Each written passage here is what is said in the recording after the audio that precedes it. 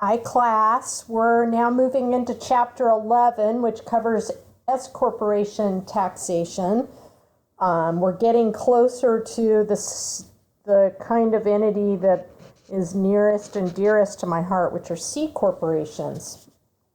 And the S corporations are pass-throughs like partnerships, but they also bear some resemblance to C corps, so they're a little bit of a hybrid. Generally,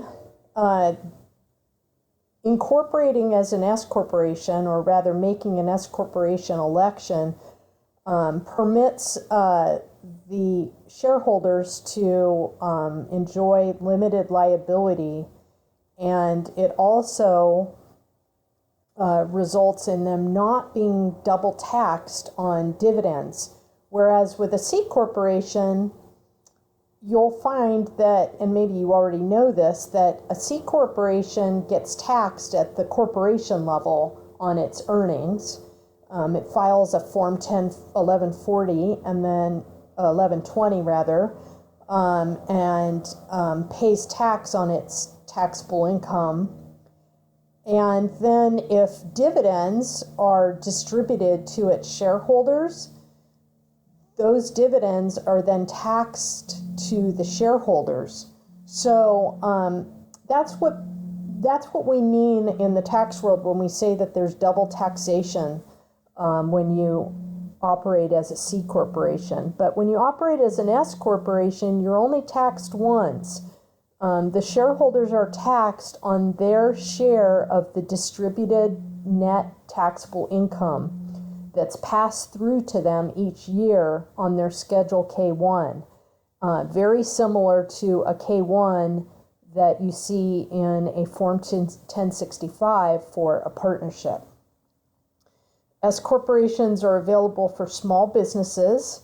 There is a maximum number of shareholders that you can have when you're operating as an S corporation, and that is you can't have more than 100 shareholders. The kinds of shareholders that you can have are individuals, estates, certain kinds of tax-exempt organizations, and certain kinds of trusts. Also, none of your individual shareholders can be considered non-resident aliens, so they have to be either resident aliens or U.S. shareholders.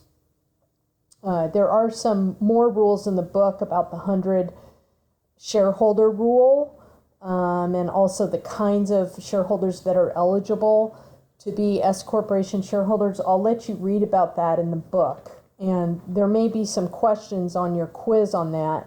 The quiz is going to cover, and as well as your midterm, is going to cover more conceptual types of rules, which are really those that are covered on the first, we'll say, the first 10 pages or so. Before we start getting into nitty-gritty where we talk about how to allocate income to shareholders and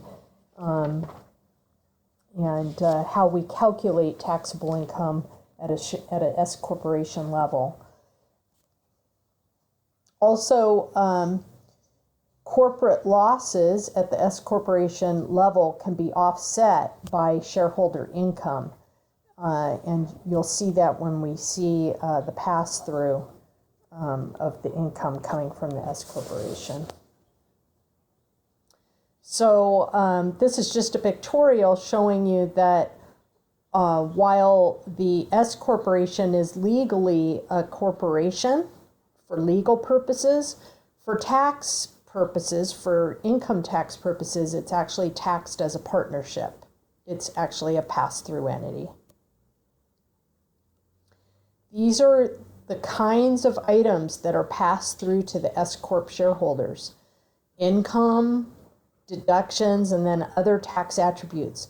The pass-through to the S corp shareholders of items is very similar to the way that we pass through items of income, deduction, and other tax attributes on a partnership return. Very similar. here are some advantages and disadvantages of operating as an S corporation, and this is actually covered in detail in your chapter. Here, one of the disadvantages of operating as an S corporation, it's also a disadvantage of operating as a partnership, and that is that undistributed earnings are still taxed at the shareholder level. And that's the same case with regard to a partner's distributable share of income and deductions. If it's net income, it's taxed at the partner level, even if the partnership has not distributed any cash to the partner during the year. And somebody in office hours last week was asking me why a partnership would actually distribute cash. And I think she was actually talking more about like non-cash property.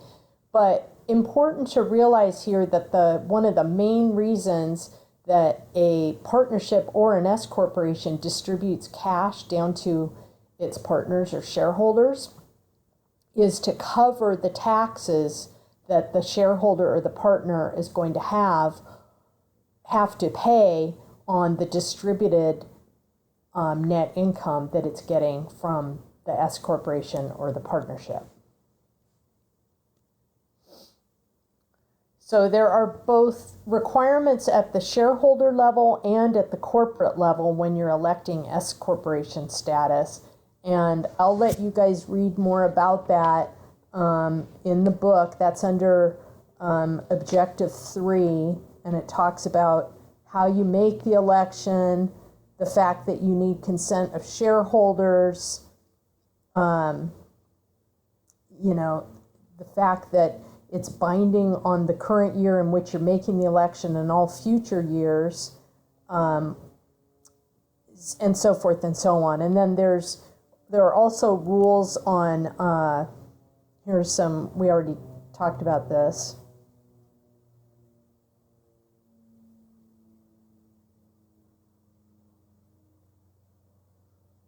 These are more requirements for electing S corporation status. And again, I'll let you read more about the details. This is actually the rules around making the election. These slides are good in that they're a quick reference. They can act as a quick reference tool for you guys because the book goes into things in a lot more detail. So you might want to approach problems like this. You might start with looking at the slides, see if you can get your answer from the slides, but then if you can't, then you would go to the corresponding objective where it covers that topic in the book to get your question answered on a quiz or on the midterm.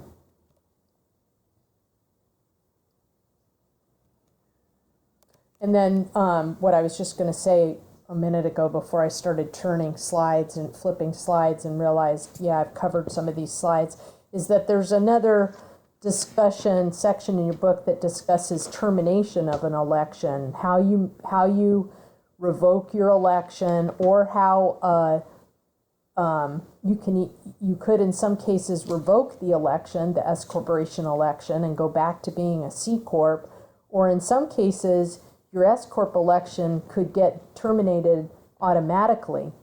And that's if you fail one or more of the small business corporation requirements, which would include exceeding the 100 shareholder limit or having an ineligible kind of shareholder like a non-resident alien.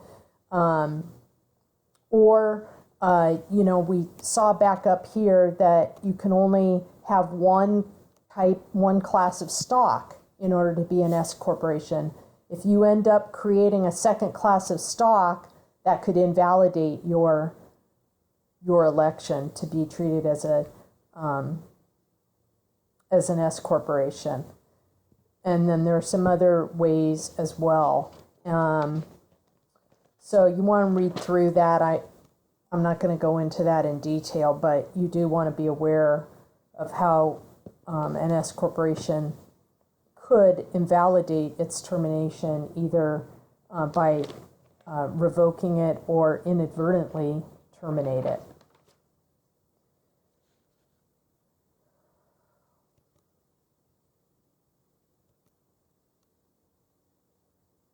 So if you do terminate the S corporation election, you're going to have to divide the income for that year in which the S corporation election was terminated. You're going to have to divide the income between income that you're going to allocate to the short S corp portion of the year and the income that you'll allocate to the short C corp portion of the year. So if you terminated your S corp election halfway through the year, then half of your income for the whole year would go on to an S corp return, your final S corp return, and then half of the income the other half of the income would go onto your initial C corp return, and you would actually check the initial return box on your Form 1120 for your initial C corp return. Now, important to note here that the short S year, the short S corp year, ends the day before termination. And then the short C year starts on the termination date. That's not the way we handle things with respect to allocation of items in other parts of the code. A lot of times we have what's called an end of the day rule or a midnight rule, where when something happens, when an event happens on a certain day, it's deemed to happen at the end of that day, which means that you would include that day in your calculation of everything that you want to allocate to the pre-event days. And then you would allocate everything post-event to the day after, starting the day after the event happened. In this case, it's different. The termination is deemed to happen at the beginning of the day, which means that your short C year starts on the beginning of the date of the termination. Okay, so that's important to remember, because you guys are going to have at least one problem where you're going to have to, add up on your fingers or on your calculator how many days you have before the termination and after the termination. And just remember that your C corp year after the termination is going to start on the date of the termination.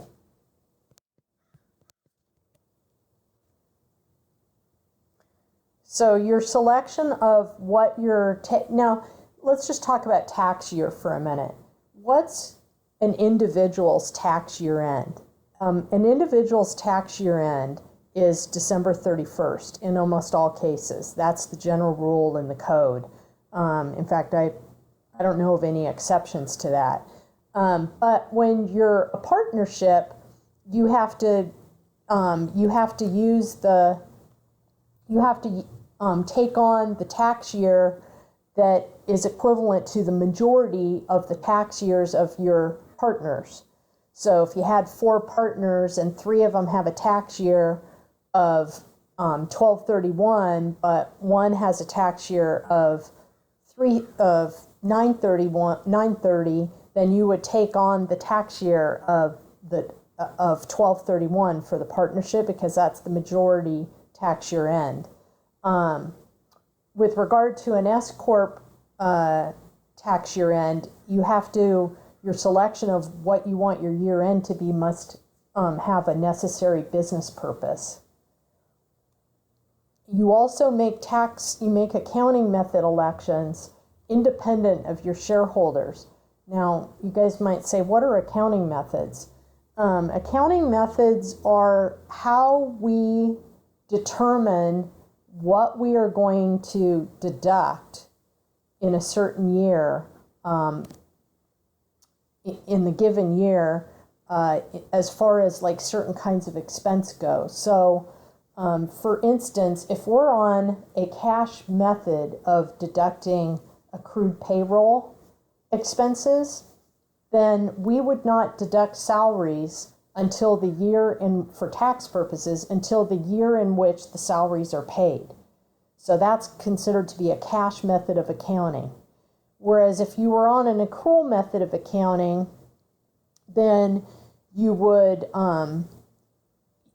then adopt a method for accrued payroll that's spelled out for you in the code. And there's a code section in the code that covers the deductibility of accrued salaries under the general rule. And that's a more advantageous rule, by the way, than using the cash method. It's actually a rule that allows you to deduct salaries, all salaries that were paid during the year, plus any salaries that were accrued at year end but not paid, but paid within 2.5 months after that year end. So that's called the 2.5 month rule. And that, as you could see, allows you not only to be on the cash method, but it's like a modified cash method. It allows you to deduct some salaries that were actually not paid until the next year in your current year. So that's what we refer to, that's what we mean when we refer to an accounting method. And then they're saying that entity level ordinary income here does not include separately stated items. So all that means is that an S corporation separately states its items very similarly to the way that a partnership separately states its items of income and deduction. So if you look at a Schedule K1 or a Schedule K, now also, if you guys haven't already looked at a partnership return, I want you to do that. And it's back in the one of the appendices in the back of your text. There's actually several kinds of returns back there. I pointed them out during office hours one week to some people. There's actually a fully filled out 1065. There's a filled out 1120S. There's a filled out 1120. And I think there's also a filled out trust return, which we're not going to get to for a while. But I want you guys to go and look at the 1065 return for partnerships, and I want you to look at the 1120S. And if Schedule K on both a 1065 and on a 1120S is where you list all of the partners' distributive share of items of income and deduction and other tax attributes. And you list everything on Schedule K at the entity level, and then on each partner's, or in the case of a S corporation return, on each S corp shareholder's K1, you list their share of the total entity's distributive item being distributed out, that's on Schedule K. So for instance, if you look back on the appendix for this 1065, maybe I should try to find the S corp rather than talking about a Schedule K on a 1065, since we're on S corps this week. So if you look on the 1120S Schedule K, you'll see that there's ordinary business income on line 1 of $73,686. Now, if you look at the K1 for the partners, you'll see that there's one partner, Johns and Lawrence Inc. That's actually, that's the S corporation's name. There's one shareholder named Andrew Lawrence. He's probably a family member. He owns 50% of the S corp, so he gets 50% of the total $73,686, or $36,843. And you can see as you go down the line on his Schedule K1, all of his items equal 50% of what's on the Schedule K. And then there should be probably another, they only show you one Schedule K1. They don't show you both, but they're just showing it for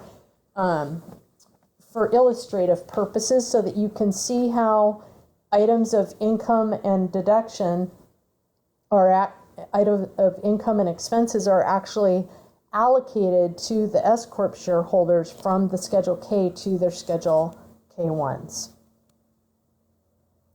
Here's some different types of separately stated S-corp items. And this is very similar to the types of items that would be separately stated on a partnership return. So there are some deductions that are not available at the S-corp level, and those include dividend received deductions, U.S. production activities deductions, and also some of the same types of deductions disallowed to a partnership under Section 703. It's going to talk about that more in the book.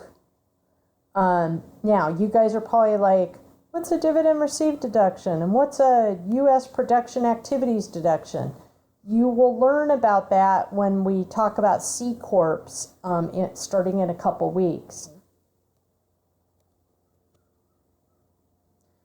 Now, if you change from a C corporation to an S corporation, or vice versa, you terminate your S corporation and change to a C corporation, there's no carryover or carrybacks of your attributes. In other words, they go poof.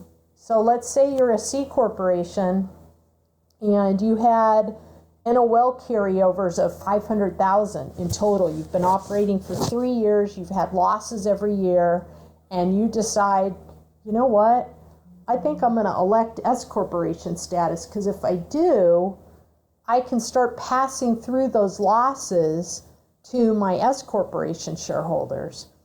Now, those losses may not be usable by the S corp shareholder, but just play along with me for right now and decide and know that because of that, and maybe for some other reasons, the C corp decides to elect S corp status. So when it does, those $500,000 worth of NOLs that have carried over from prior years when the entity operated as a C corp, those go poof, they go away. That's not a good thing, right? So something to think about if you're electing S corp status, all of your attributes, and they're called attributes for a reason, they're attributes because they are beneficial to the corporation. Those all go poof. If you had any credit carryovers, poof, all of that. Same thing when you're converting from an S corp to a C corp. If you had any tax attributes, like for instance, your charitable contributions, I'm not going to use that as an example. I'm going to skip talking about that right now because I can't think of a good example, but you might have some tax attributes at an S corp level that are carrying over from a prior year. And if you do, and the reason why I didn't talk about charitables is because the limitation on charitable contributions is actually applied at the shareholder level or the partner level with a pass-through entity. The limitation is not applied at the pass-through entity level. So that's not a good example. But in any case, just remember the fact that carryovers or carrybacks of attributes will not survive status change. There is an exception to that, and that's where you have a carryover that's used to offset a built-in gains tax. So I'm sure it talks about that more in the book, but that is an exception to the general rule.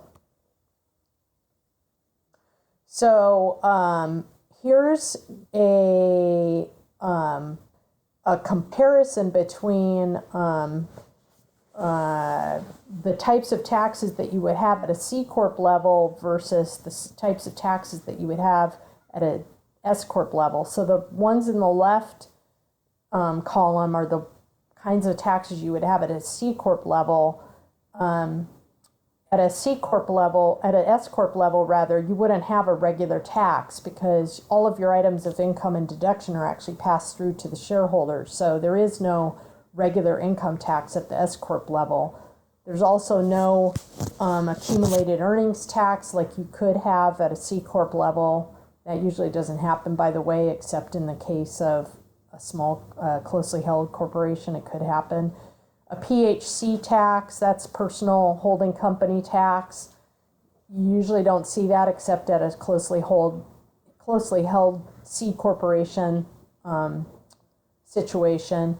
And then corporate alt-min tax, you wouldn't have that for an S corp because that actually goes hand in hand with the regular income tax. So since you don't have a regular income tax, you're not going to have an alt-min tax either. However, an S corporation could be subject to a Section 1374 built-in gains tax or an excessive net passive income tax or LIFO recapture tax.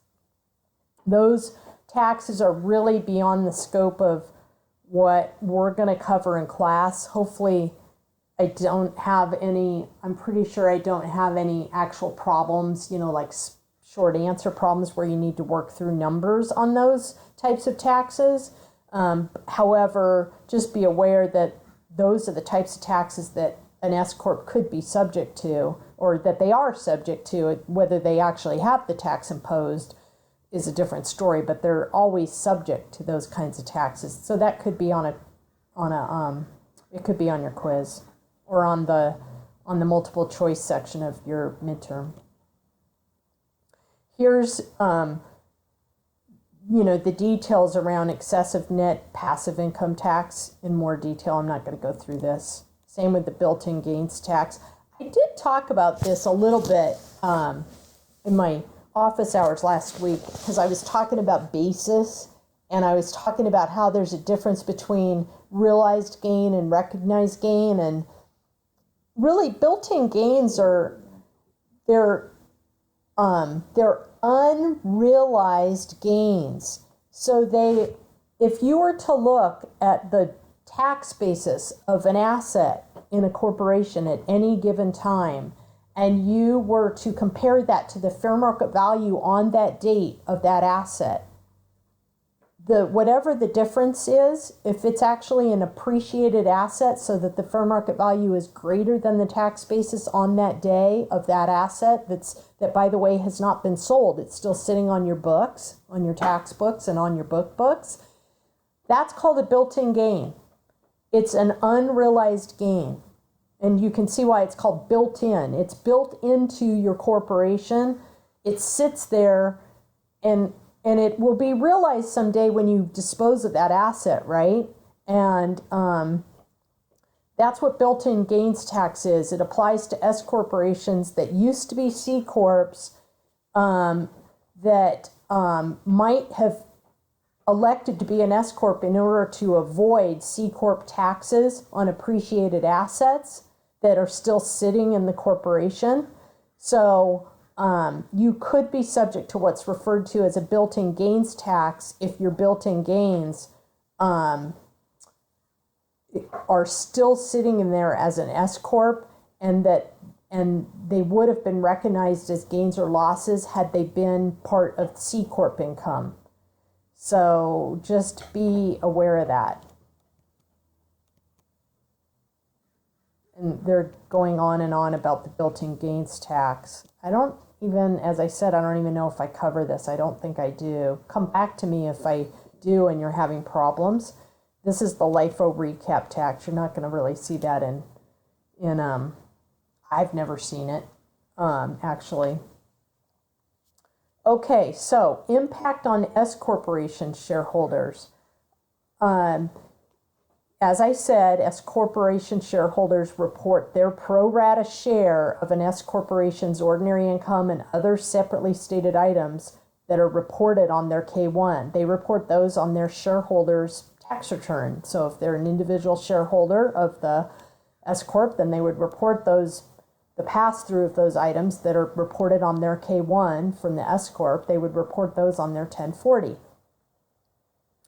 Now, when you're distributed cash from an S corporation, and that could happen, and it happens a lot. Why? Because the S corporation shareholders need a way to pay their taxes on all that income that's being distributed to them each year that they have to pay taxes on. So often the S corporation will distribute cash to the shareholders, as mentioned before, to cover their taxes. So distributions are a non-taxable recovery of basis. So What does a non-taxable recovery of basis mean? What do you think that means? Let's go back to partnerships. What happens when you have a cash distribution from a partnership? It reduces your basis, right? That's what recovery of basis means. So you start out with a basis equal to $100, which is the amount of cash that you put into the partnership or that you put into the S corporation. That's your beginning basis. And if you receive a $50 cash distribution during the year, you will subtract that from your $100 basis, right? So now you've recovered back $50 of that 100 that you initially put in. That's what they mean by recovery of basis. That's why we reduce the basis by that amount. I know a lot of you have been struggling with what is basis and why are we reducing it? This is a really good way of saying why we're reducing basis for a distribution. It's because we're recovering part of it. We're getting it back, right? We had $100 that we had to give up to become an S Corp shareholder. When we get back some of that in cash, even though we still own, let's say 50% of the S Corp or 50% of the partnership, we might still own 50% of it, but our basis has to go down by the amount of cash that we recover from that initial contribution. Because remember, the contribution was non-taxable to us, right?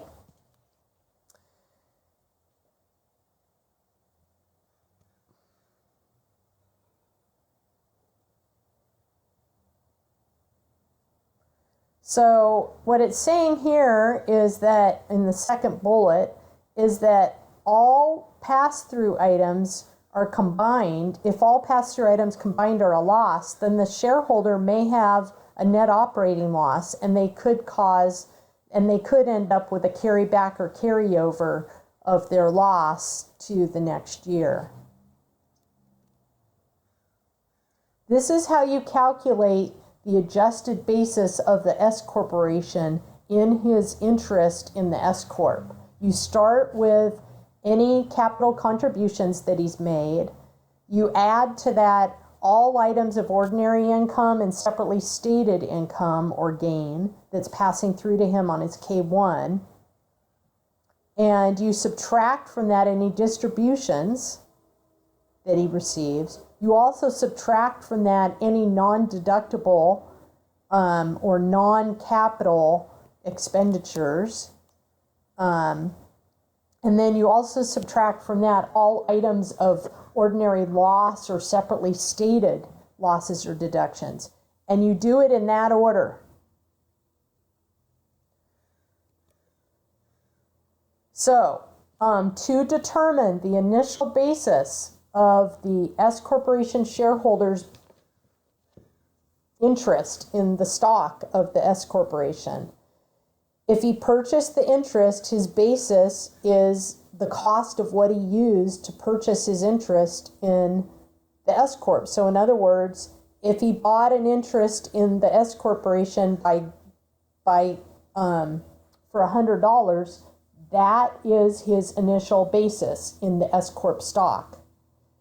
If he received the S corp stock during corporate formation, then his basis equals the carryover basis of the assets contributed.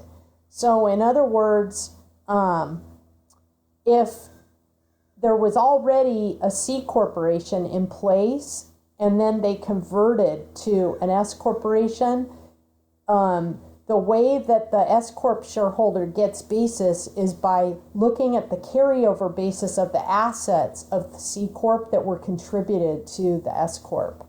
And it's going to talk more about this in your chapter. And then if you're given an interest in an S corporation by gift, then someone gives you a gift and says, now you're an S corporation shareholder in this S corp. Your basis in that S corporation is equal to the lesser of the donor's basis, the one who gave it to you, his basis, or fair market value. And then if you inherit an interest in an S corp, So someone dies and passes to you an interest in an S corp, your basis is equal to the fair market value of that interest, and I think that's on date of death, less any income in respect of the person who died. And that would be the income of the person who died, the income from the S corp. Now, there's a bit of a difference in that when you're a partnership, you get basis for your share of the total liabilities of the partnership, right? If you're a general partner.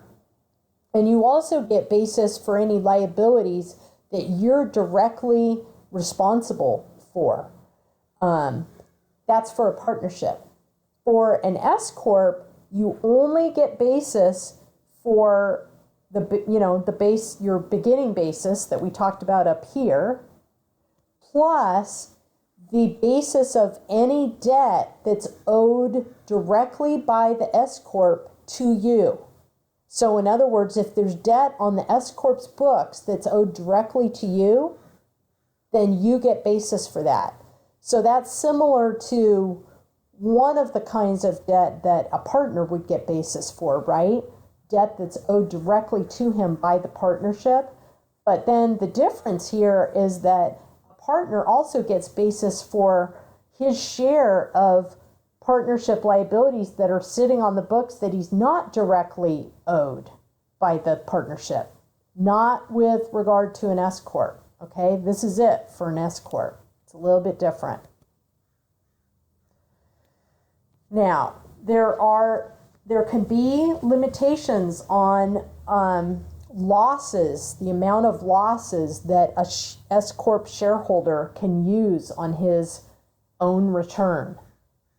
And when you're applying those limitations, here's the ordering here's how you determine what the loss limitation is going to be. You need to apply your losses and your deductions, your other items of deduction that are passing through to you on your K1. Reduce those against your stock basis down to 0. You can never have a negative stock basis. Then you reduce, and if your basis is now still above 0, then you would reduce your basis by the basis of any debt owed by the S corp to you. And then after that, any further losses are going to be suspended until you get basis back. Now, how do you get basis back? You get basis back by either contributing property to the S corporation, right? Because that would increase your basis. Or you get basis by sharing in ordinary income, right? In other words, being distributed ordinary income and other items of income and gain on your K1 in a following year. And when that happens, then that increases your basis. And now you've regained some basis. So unless you have a bunch of losses in that year, that following year, that then serve to reduce your basis, you'll end up possibly being able to carry over those suspended losses and use them in the subsequent year. This is no different than on a partnership return. You can end up having suspended losses on a partnership return too. That's under section 704D of the code. And here, I don't know the code section. I could probably look it up real quick, but just know, you guys probably don't even care what the code section is. You just want to know. I think it's 1366. Yeah, it is 1366. So under 1366 of the code, your losses would be suspended until you regain basis. Now, those suspended losses are like a tax attribute, right? They're a benefit to you because they'll reduce your tax in some following year. What if you sell your stock before you can use those suspended losses? If you sell your stock in the S corp, so you don't own a piece of the S corp anymore, before you can use those suspended losses, the suspended losses go poof. They go away. They disappear. These are other limitations on use of shareholder losses. There's at-risk rules under Section 465 that apply both with regard to partnerships and S corporations. There's an ordering in application of these loss limitation rules. For an S corp, you apply 1366 first. That's your basis limitation rule of use of losses. You apply that first. Second, let's say that you have basis and you want to deduct the losses. Before you do that, before you actually take those losses and put them on your return, you need to look at the at-risk rules. You are only allowed to deduct losses to the extent that you're at risk. And there's rules around that. Thirdly, let's say you pass that test. Thirdly, unless the shareholder materially participates in the business of the S corporation, those losses can be suspended to you because they'll be called passive activity losses. Those rules apply both in the partnership sphere as well as in the S corporation sphere.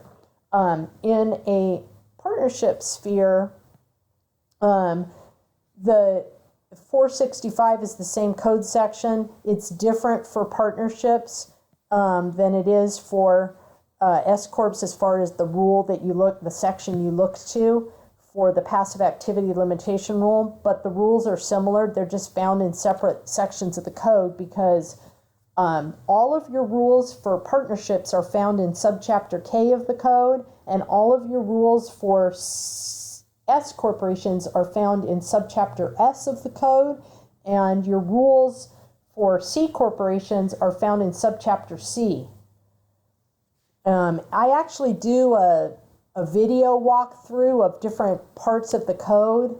I want to say I did that at the beginning of the semester, but let me know because you might have to flip through the weeks to find the video, but I did a nice video that kind of walks you through how the code is organized. And I think in that same video, I walked you through the irs.gov website too.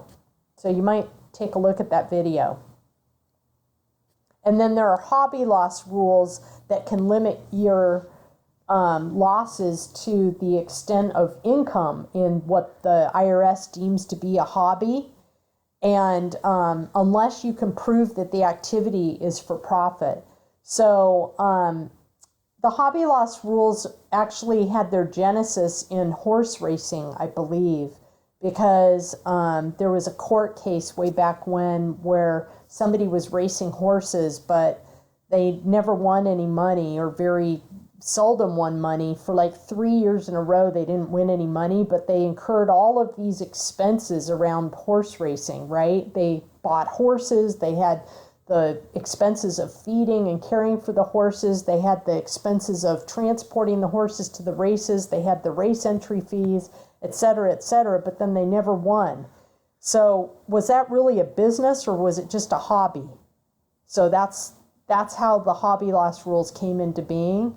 And if you're carrying on a trade or business where you're never making any money, is it really a hobby to you, or is it a trade or business that you might want to think about getting out of if you're never making any money? Because the IRS will begin to wonder why you're never making any money and yet you're reducing your other taxable income on your Form 1040 by these hobby losses.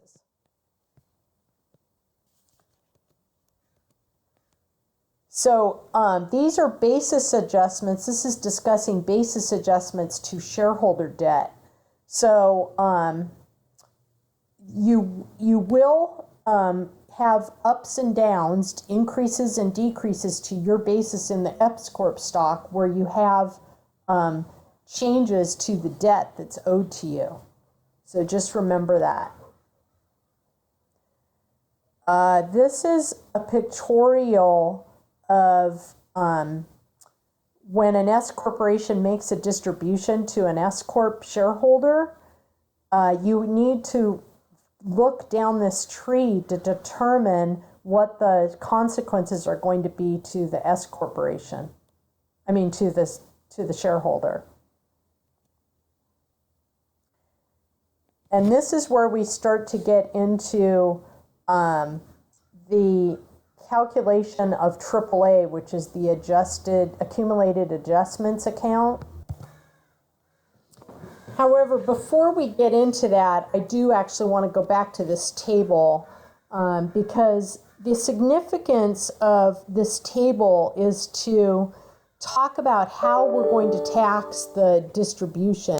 And I really need to learn how to turn that off before I do my videos. They're actually, and this is discussed in detail probably for, I don't know, like 6 pages of your book. So I definitely want you to read about this because this is important. And this will apply to you when you're doing an S corp return.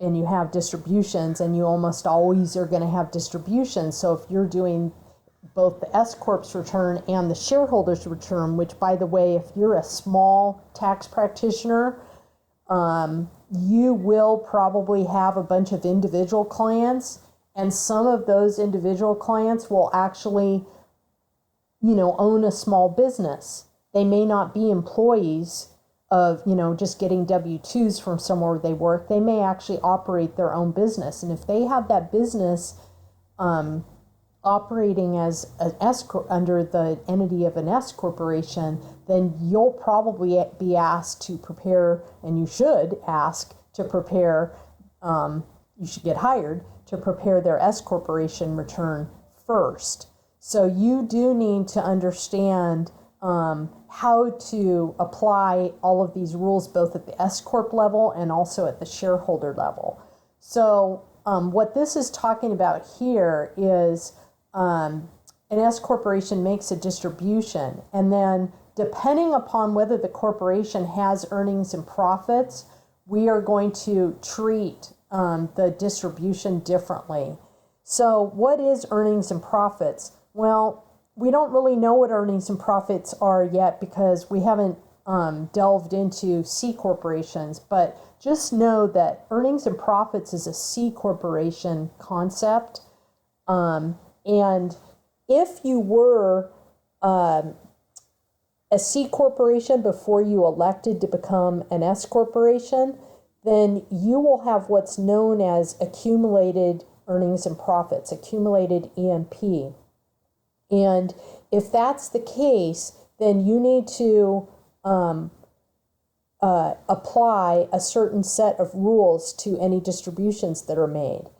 However, another set of rules applies to distributions made by S corporations who don't have any accumulated EMP. In other words, they were formed after year 1982, and they were formed making a timely S corporation in their initial year. So in other words, they were an S corporation from inception. And they were an S corporation from inception starting after 1982. If it's before 1982, even if they were an S corp from inception, they still could have EMP. You're not really going to see that too much anymore, so don't worry about that because most S corps would have been formed after that these days, especially the ones you'd be preparing in a small business. And if that's the case, if they were just formed as an S corp after 1982, they won't have accumulated EMP because, again, that's only a C corp concept. And if that's the case, then what you do is you have a two-tier rule that applies. First, you say that your distributions are non-taxable to the extent that the shareholder has stock basis, but not below zero, right? So you would apply the distributions against your stock basis, and then the excess would be considered gain from the sale or exchange of stock. It would be capital gain to you. And that's similar to the way Section 731 treats a distribution in excess of a partner's basis in a partnership, if you'll remember back to last week or 2 weeks ago, right? So very similar tax treatment there. And in order to determine your stock basis for determining whether you have excess distributions, you always apply your positive adjustments first. A few slides ago, I told you make sure that you apply your positives before your negatives. There's a reason for doing that, and make sure that you do that in your problems, because otherwise you'll get messed up in determining whether you have a distribution in excess of basis in some cases. Okay?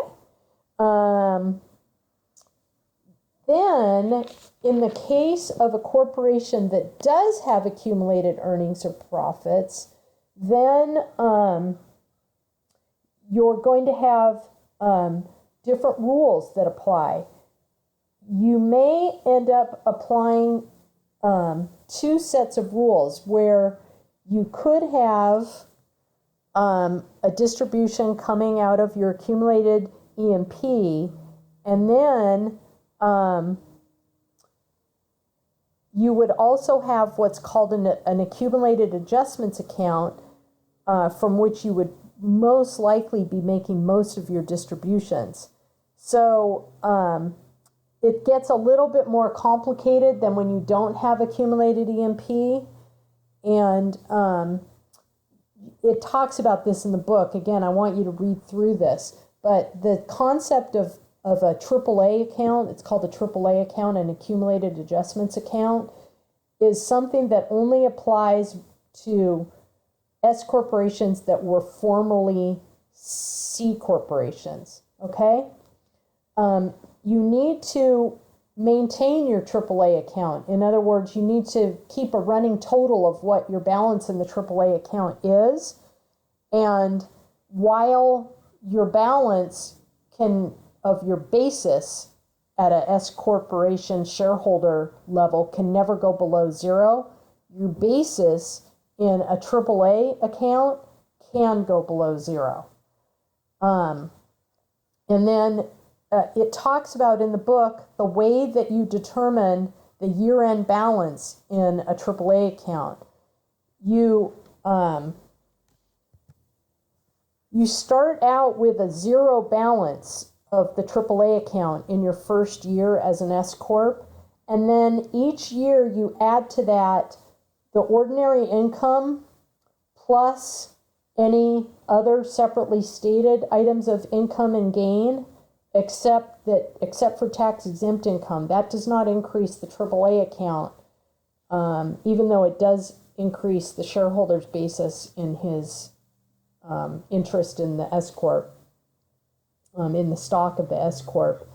And then you subtract from that first distributions made from the AAA account, and then items of ordinary loss and other separately stated items of loss and deduction items, and expenses not deductible in determining ordinary income.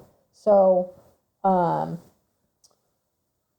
you could have some items that are not deductible for tax purposes in determining ordinary income, but you would actually reduce your AAA by those items. And it will give you examples of those types of items in the book. So that's why I wanted to go through this table, because it'll help you to determine how you're going to determine the taxability of a distribution made to a shareholder to the shareholder. Here's where I just talked about this, how you calculate the AAA balance at the end of each year. You start with the beginning of the year balance, and then you add all your ordinary items, and then you subtract your loss items. An S corporation can actually elect to change the distribution order of how it's going to pull the distribution out of EMP and AAA in order to avoid either a net passive income tax or possibly an S corporation termination. So there is an election that you can make to change the ordering rule. I think that's under 1371, but you can read about that in the book. And then if a S corporation distributes property instead of money to a shareholder, then gain is recognized to the S corporation as if the property is sold. So remember that. And then that gain is actually passed through to, that gain actually passes through to the S corporation shareholder.